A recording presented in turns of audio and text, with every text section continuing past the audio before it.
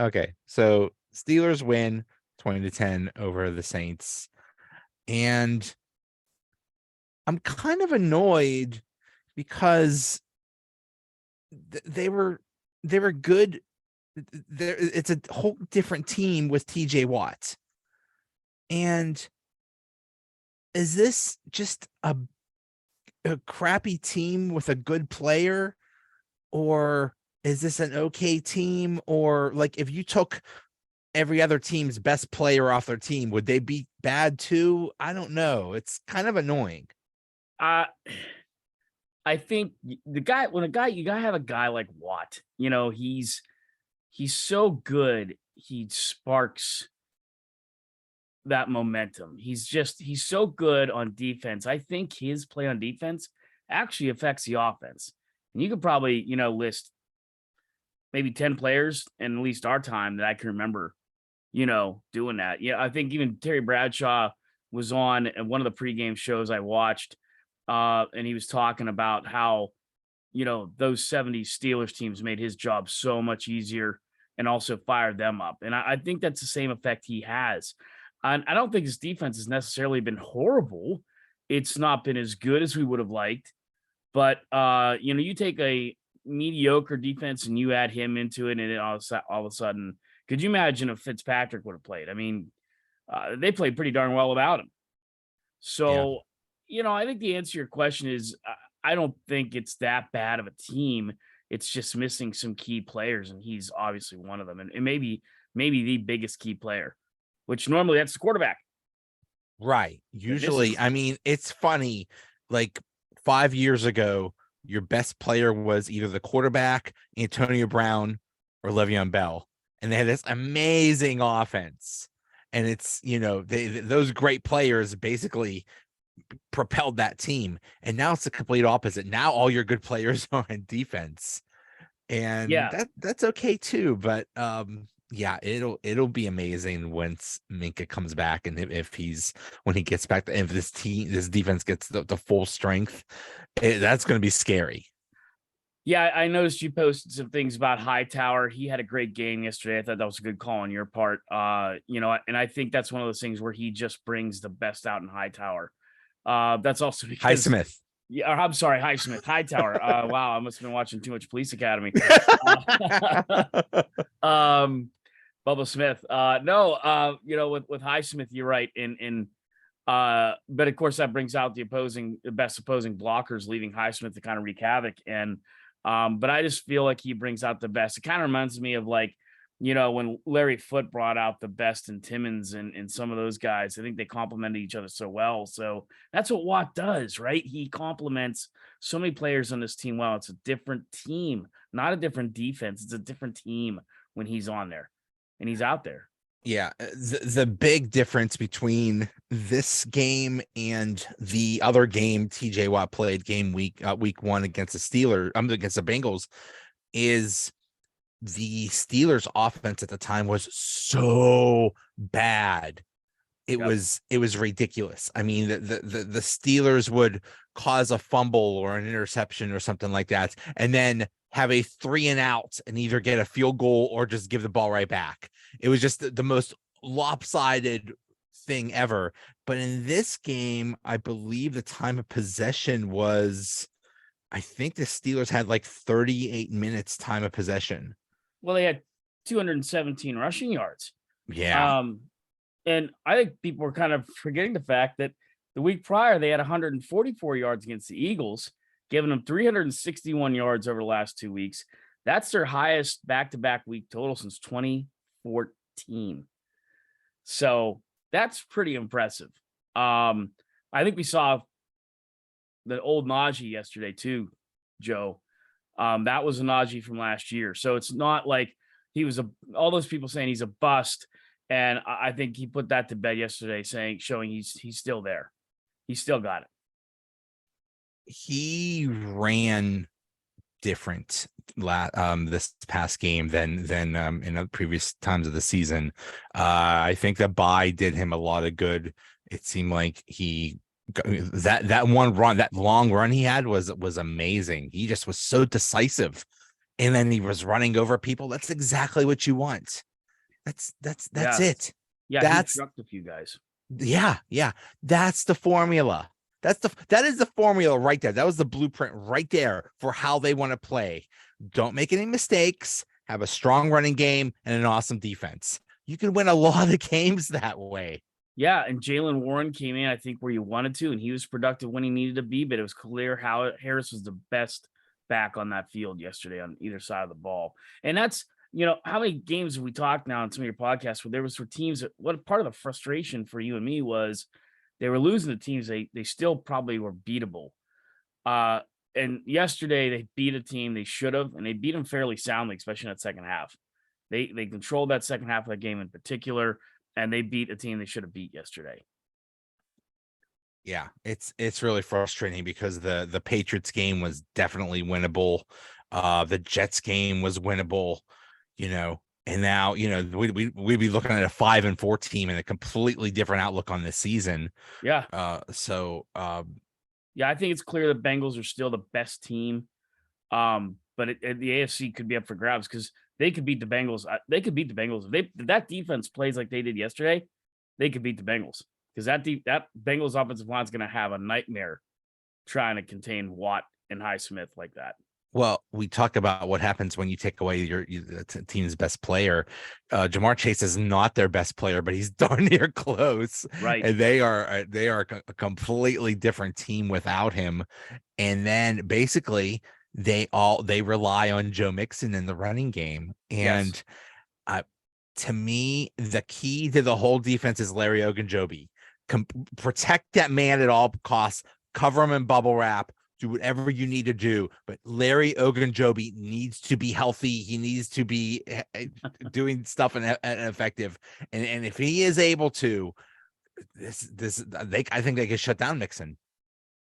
Oh, I think they could too. I mean, because if you remember right in that game, TJ Watt blew him up on one play, just blew him up for like a 4 or 5 yard loss. And, he was there yesterday. It was like the first play he made. He tackled a running back for, like a half yard loss. I mean, he's just a freak. And so now with him back, and you figure Fitzpatrick's probably out this week too with that appendectomy. There's a couple games that maybe you and I thought they weren't going to win that they probably could. So, are they going to make the playoffs? Most likely not. But yeah, I mean, all of a sudden we're seeing, and I think we were all like, how good's Watt going to be? Well, it didn't look like he lost much yesterday. In fact, maybe he might get better. But yeah, I think he will get better. I think he was not as at 100% because he was saying himself, he said, it was like my legs were a noodle out there. I mean, he was still, I'm sure he's a workout warrior. I'm sure he's, working out, but that's still not game shape. So he got that out of the way. So hopefully he's back in game shape now. So he could be even better and more dominant. And that's scary and exciting.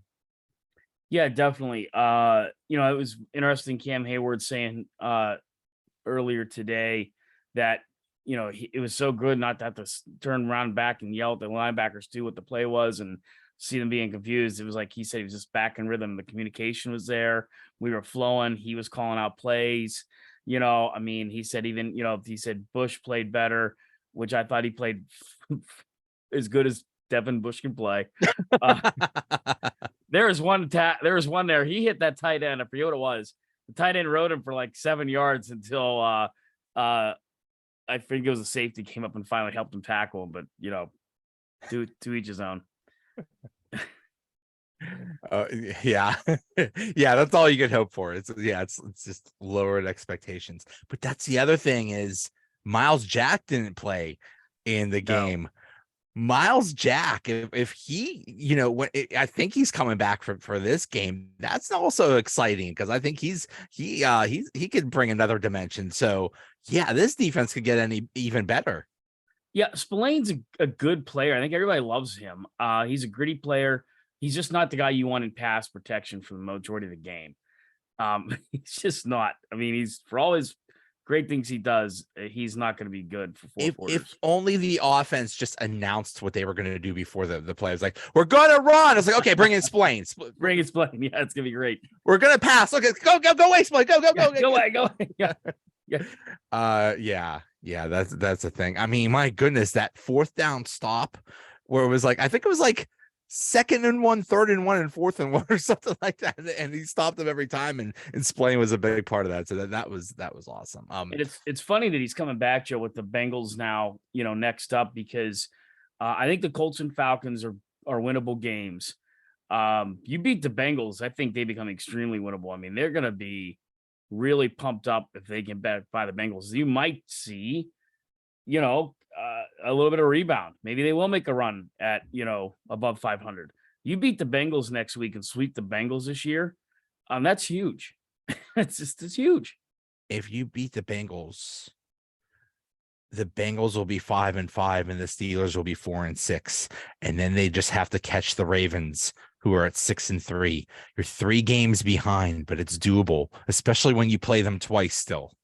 Yeah, It's and doable. The Ravens are not that, they're good, but they're not that good. No, I think that they're very deceiving 6-3. I don't think that they're any better than the Bengals, and I'm sure I think the Bengals are actually better than they are. So, yeah, no, I agree. Now look, you lose to the Bengals, which they could. I mean, that Bengals team can get hot, but the Colts and Falcons games are pretty winnable at this point. So, and I think Watt's got to be probably pumped up for that game. It's at home. He just destroyed them almost single-handedly that first week. And I think he's going to be pumped up for that game. I don't know if Fitzpatrick will see. Boy, it would be really nice to have Fitzpatrick back, though. But it seems like people are saying he's out, and I get it. I had an emergency appendectomy once, and it was pretty brutal. And he's a fine-tuned athlete. I'm not. That's why I'm here. Like everything I'm saying is everything I'm seeing is like minimum 2 weeks. Like I'd say like really 4 weeks if you want to even think about starting to do something. Obviously he's a world-class athlete, so it might be a little bit quicker, but still, Yeah, I don't think it's possible for him to come back after 2 weeks. hey, the defensive backfield had some great plays yesterday, Joe. Some great plays. Oh yeah. Levi Wallace, Yep. I think had an interception. And DeMonte Casey was really good too. So Yeah. Yeah. that's exciting. If for apparently what they want to do when all the safeties are healthy is have some kind of 3 safety rotation or something like that. But I think they do. But yeah, I mean, Wallace probably played his best game of the year yesterday. So yeah, I mean, there's some hope there. I don't know what's Jamar Chase's status. Last I looked, I don't know if he's going to be back this week or not. I hope not. Yeah, yeah, let's hope not. Right. He's a nightmare matchup for anybody, let alone the Steelers. So, but yeah, no, it's kind of sat there yesterday and like, okay, this is a team they should have beat, because a couple weeks prior, like, probably gonna lose this game. But as that went on, you felt like they're gonna beat these guys. This is Steeler football, and I think it's been a while since we've been able to say that's Steeler football. Yeah, Pickett moved around pretty well yesterday. I think, again, not to harp on Matt Canada, there were some plays calling that I just did not get, especially in that first and second quarter. Saints are in cover too, and they're throwing slant plays out to Gentry and stuff like that. I just was not getting. So I felt Pickett was good despite some poor play calling. So he didn't destroy. He wasn't a fantasy phenom yesterday. He wasn't among the top 10 passers, I don't think, but he had a good day to win. I think he struggled a little bit, but the important thing is he didn't throw any interceptions. And they were just able to eat up some time and eat up some plays, and that's just keep the defense off the field to get them rested. So I mean, heck, even if that's all the purpose is, then that's good enough. But yeah, it's really encouraging that the running game got going. That is amazing, and hopefully that's part of it, right? I think that took the pressure off him. He doesn't feel like he's got to throw the ball 40 times and complete it, every single time. So a huge pressure release for him on the running game. Offensive line did better with running wise. Now the pass protection's starting to really crap the bed. I mean, he got killed on that one sack. Just, I mean, that was a backbreaker. He got crushed. Don't want to see that. Just there's some of that stuff. Dan Moore Jr. He's just having a rough year. Yeah. Him and Devin Bush. It's just, He's the Devin Bush of the offensive line. he is. He really is. But yeah, those were some things there that they got to clean up. But I don't particularly feel like the Bengals defense is this blitz happy juggernaut defense that you got to worry about. So I think they're more even on what people are going to say. I bet you the Bengals open up on a big spread. Like all the experts are going to pick the Bengals, but I think this game now could be closer than what everyone's going to say. I think it's very winnable. Yeah. Yeah. Well, I just wonder if Joe Burrow is going to just have nightmares from week one, because that was his worst game ever. Yeah, it was, and that's the other guy. Now, Joe Burrows, he could be up for this game too. And like I said, it wouldn't shock me if we're together again in a week or whatever, and we're tweeting together again on Sunday, and Bengals are taking it to them. But I have hope that we actually might be able to win this game.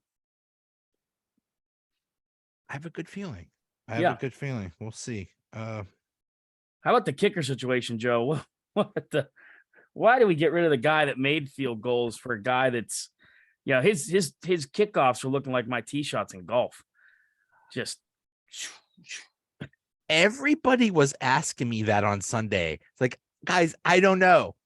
I don't have any inside kicker information. Yeah, I don't get that. I didn't get that at all. It's like it kind of just sounds like we like the guy the guy we had before better, so we'll take him off the practice squad. But now they're stuck with him because you can't. If you take someone off the practice squad, you got to keep him for at least 3 weeks.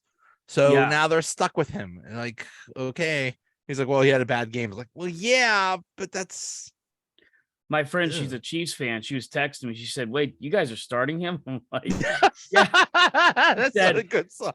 I guess I think Butker hurt his ankle like in game 2. And the game he came in, he like a 55-yarder, and it was great. And then he missed like 3.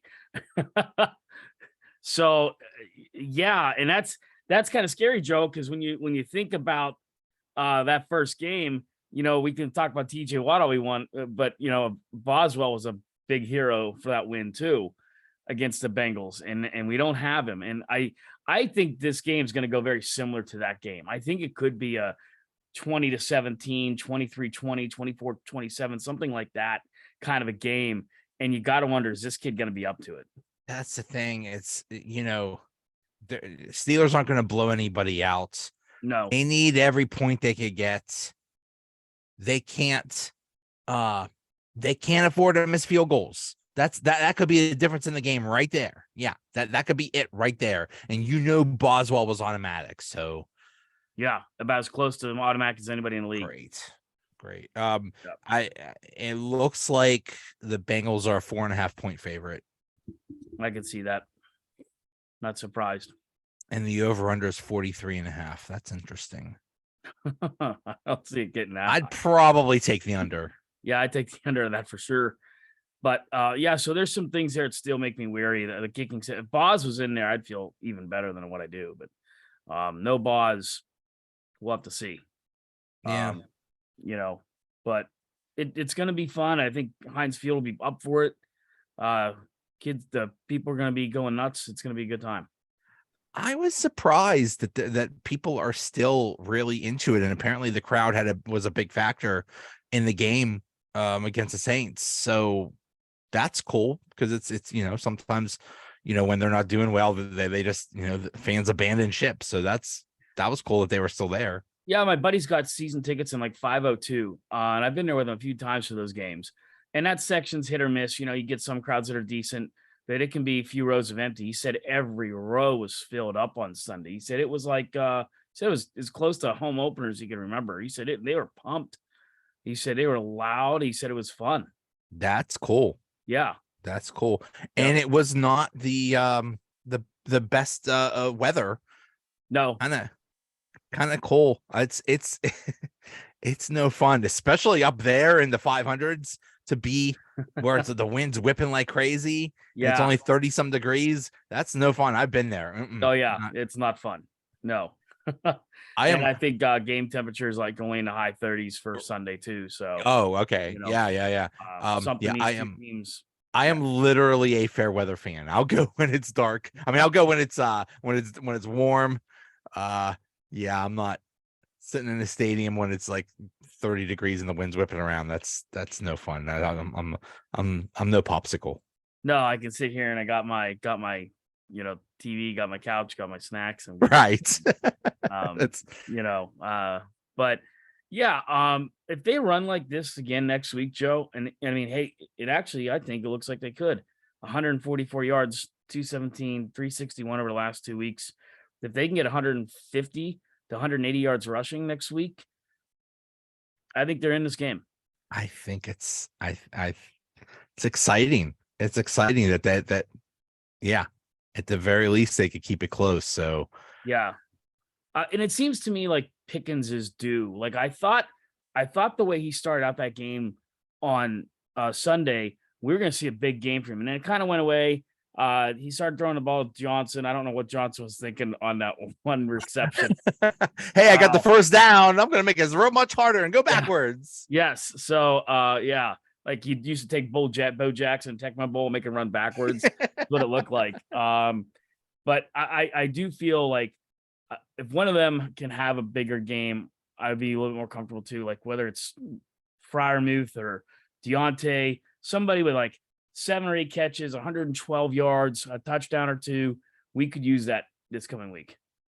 Pickens is due. Pickens is due for a monster game, and like you said, it's there on the tip. He's just ready to break out, and I think it's going to happen soon. It's yeah. I mean, they got him a rushing touchdown, and they like the times that he did run, he did look good, which is good. Those lovely jet sweeps that we love so much.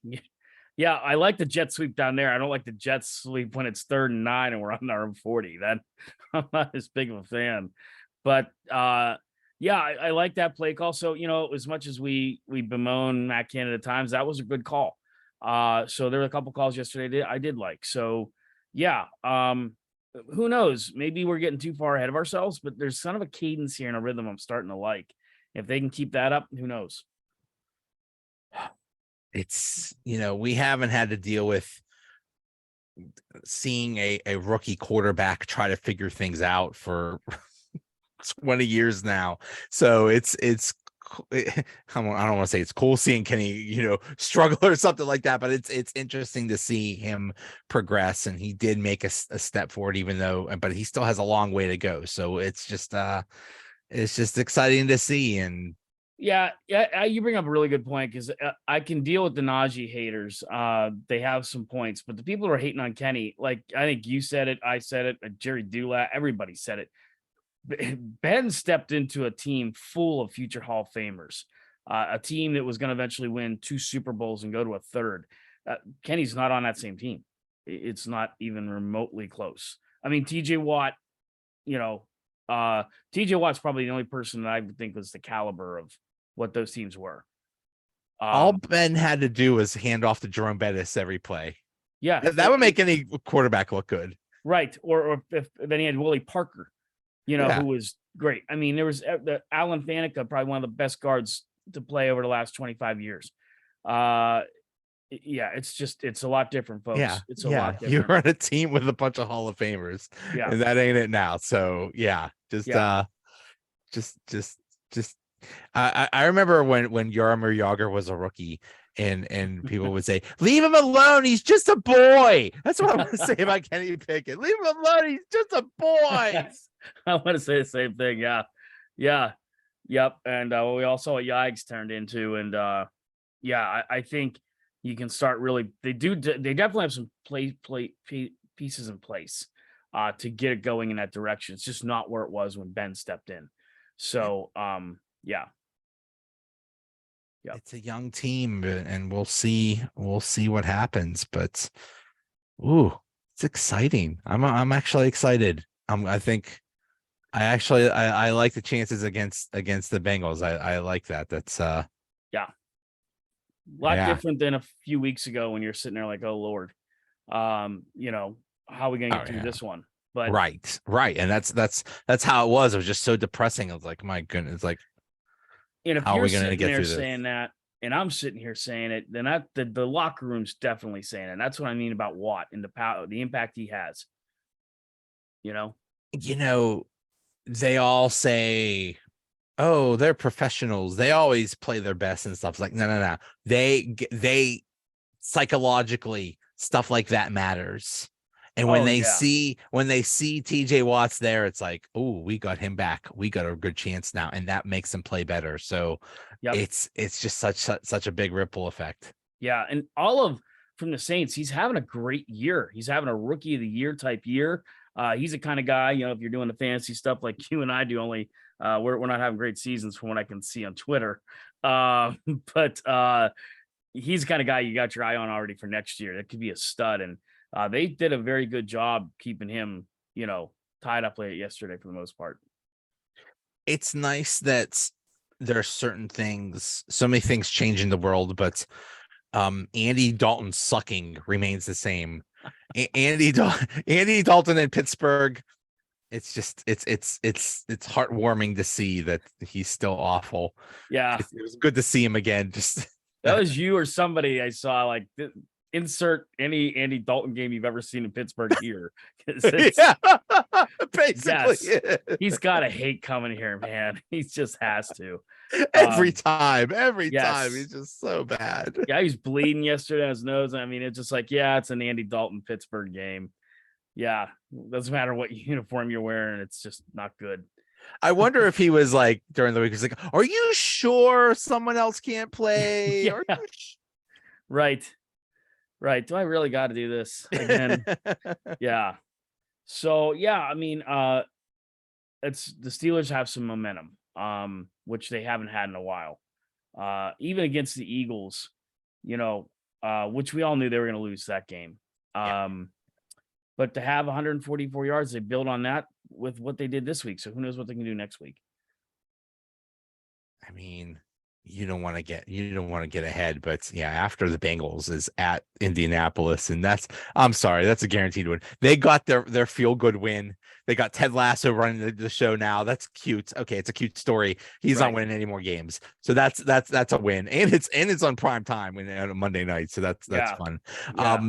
Falcons actually, I think, is going to be a tough game. Falcons are like fluky, sneaky good. They're very fast. That's a very young Falcons team too. So you're right. That's a toss up right there. You're not sure. Boy, how about Bill Cowher tearing into Jeff Saturday? Did you see that? I mean, Yeah. I don't. I got to say, Joe, I didn't disagree with him. This whole thing just shocks me. I thought when it happened, it's like you just laugh at it and it's like, okay, you're weird, whatever. But the way people are so upset about it really surprised me. And just Cower wants to fight somebody. My Yeah, goodness. yeah. He had the chin going. I mean, I mean, he got the chin going and the Pittsburghese going. yeah, it was coming. When he's saying he's mad. There's I Kraft feel and bad Slang. for anybody in that studio because they are probably getting spit on. Oh yeah, He was probably spitting on someone. yeah. But I mean, like he summed that up better than anybody, and that's the thing. Like I think Jeff Saturday was a great center, unbelievable. But he's right. I mean, it's like, hey, Jeff Hardings was a great center for us. Dermontti Dawson was, but you don't see them getting called just to come in and coach the Steelers. I mean, God, if something were to happen to Mike Tomlin, I don't think Cower's right. They'd make Matt Canada or somebody, Jerry Oshowski, the head coach, not some consultant. Yeah.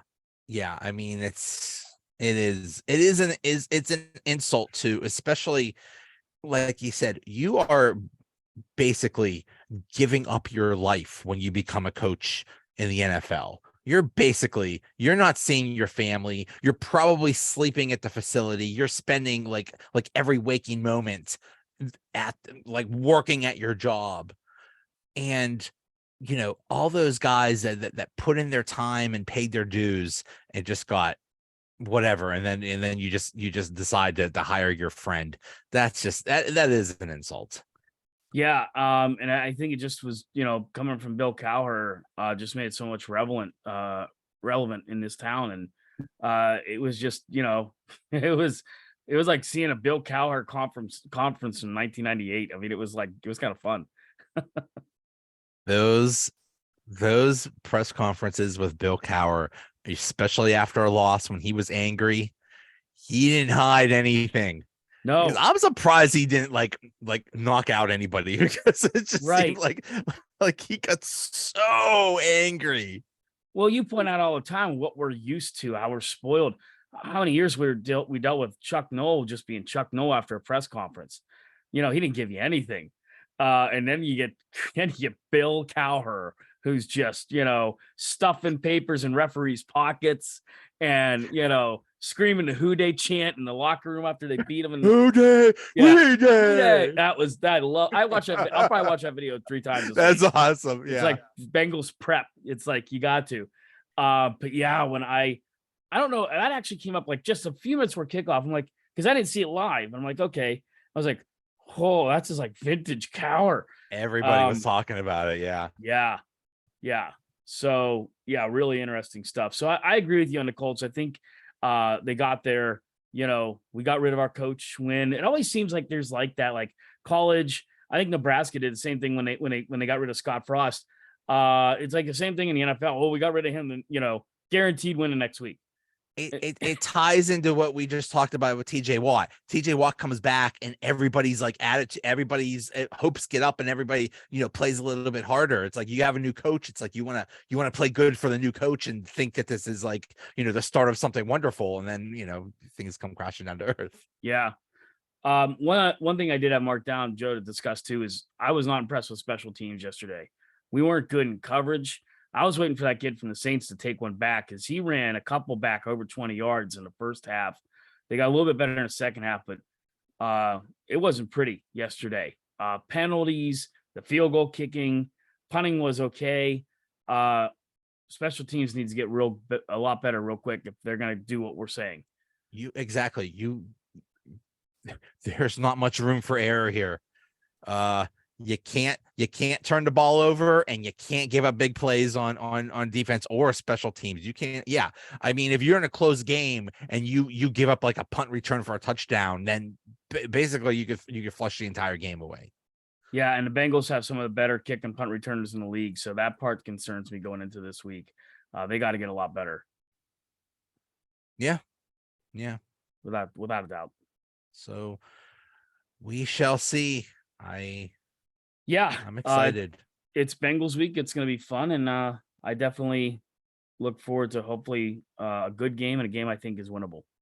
It's just funny how things have turned, because it was just a year ago that the Bengals absolutely destroyed the Steelers, and that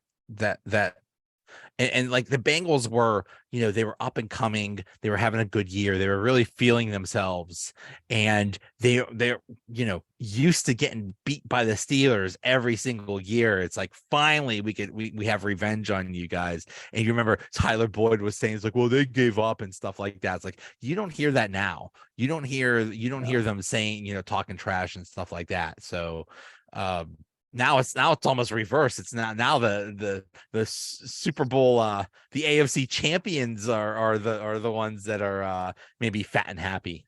Yeah, it's funny about that dynamic too. The Bengals are always like the little brother, right? Like we're always kind of more concentrated on the Ravens and hating the Browns, and because the Bengal fans, they hate us. Like if you ask any of them, they hate us Yes. first, and then the Browns and the Ravens. And we're like, oh, okay, you exist, good, And you are. you are, yeah. Like you're like, go over here. We have the Browns and the Ravens to talk to. Mostly the Ravens. Yeah. But yeah, Bengals fans just legitimately hate us. Well, and then there was that time like 5 years ago where every Steelers Bengals game resulted in like death or serious injury. I mean, there was the Ryan Shazier game, which was an accident, but the Antonio Brown thing. I mean, basically it was Vontaze Burfict. Vontaze Burfict was like one of the worst humans on the planet. He was, What a yeah. What a horrible person. I mean, just the Yeah. cheap shot. Just, no, it was just him, just like all kinds of cheap shots everywhere. And then Juju got back at him one time, and it just like they like it was almost like scary when those two teams got together. There was just no respect for each other, and they would just try to hurt each other. It was scary. Well, the playoff game with the coaches out on the field and Joey Porter out there. Joey Porter. Yeah, like you don't want to piss off. I have been shocked. And I don't mean this, I guess, in a bad way, but you know, being a Penn State fan, being at most of the games, seeing stuff, seeing him at games, he just sits there. He's like the nicest guy. I've talked to him once, and he's just kind of like happy to be there. Like, who are you? Like, he doesn't say, you know, you thought like, well, if anyone's going to criticize James Franklin, Joey Porter, he's just, you know, and of course his kid, Joey Porter Jr.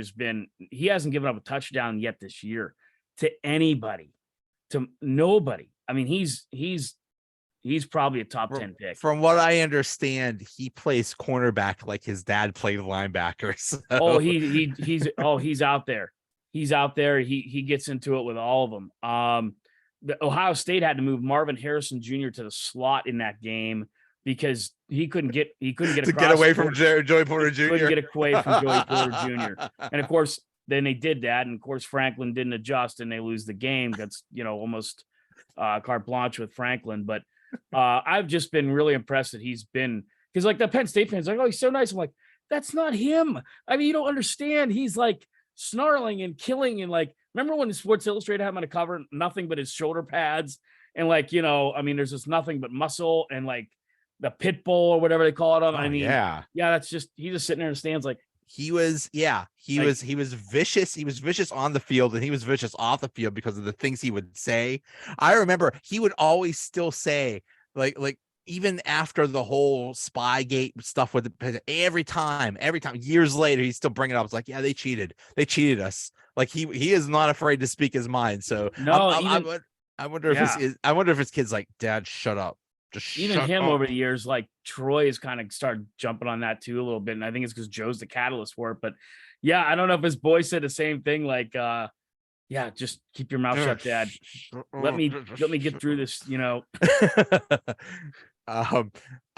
Anytime you see a 2023 draft mock draft, they have Joey Porter Jr. going to the Steelers. I mean, it makes a lot of sense, but we'll see. I mean, maybe maybe the Steelers will keep winning and not be able to draft him because Joey Porter Jr. will just go like top 10 or something. Right. And here we sit and we complain on here and on Twitter about we need an offensive lineman, but you know darn well if Joey Porter Jr. is there, we're all going to be like, you got to get Joey Porter Jr. Have to take him from Utah. No. No.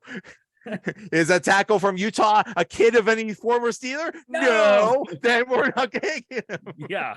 Yeah. So yeah, I mean, you know how that would be. People the next day will have Porter Jr. jerseys. Yeah, it'll be. Please, if you do end up with the Steelers, wear number 55. So we just put the words J. We're just like in marker, just JR in the back. You save us a lot of money, dude. Yes. Yeah. It's like, I know someone said that they saw a number 10. I think they had Cordell Stewart jersey and I crossed it out with yellow duct tape and put that's a Yinzer. Yeah. That's a total Yinzer move. Yeah. I did like somebody had a Russell Wilson jersey, and instead of Wilson, it was a Russell Wilson Seahawks jersey. Instead of where Wilson is, somebody put like the words 2 first-round draft picks or something like that. Yeah. All right. Yeah. So we will see, but yeah, it's exciting. This might be a new hope. Yeah, definitely. I'll leave you with this. I had to laugh. My wife and I were looking at a few homes. I said, I got to get a room so I can have a good background like Joe. I got nothing. I got stuff, but I don't know where to put it. Joe's got like, that's like a castle. I got to come tour that sometime. Yes. Yeah. I got, there's like, yeah, there's whole kind of, I need a bigger room. And I have like too many things like just like in the background and stuff that don't even show well. So yeah, I do. I need to either give like a video tour or like have people come over and just look at all Yes. this stuff. 2023 NFL draft party at your house Thursday night. Ooh, there you go. Yeah. All right, man. Hey, thanks a Take lot. care. We'll see you. Yep. See you. Bye.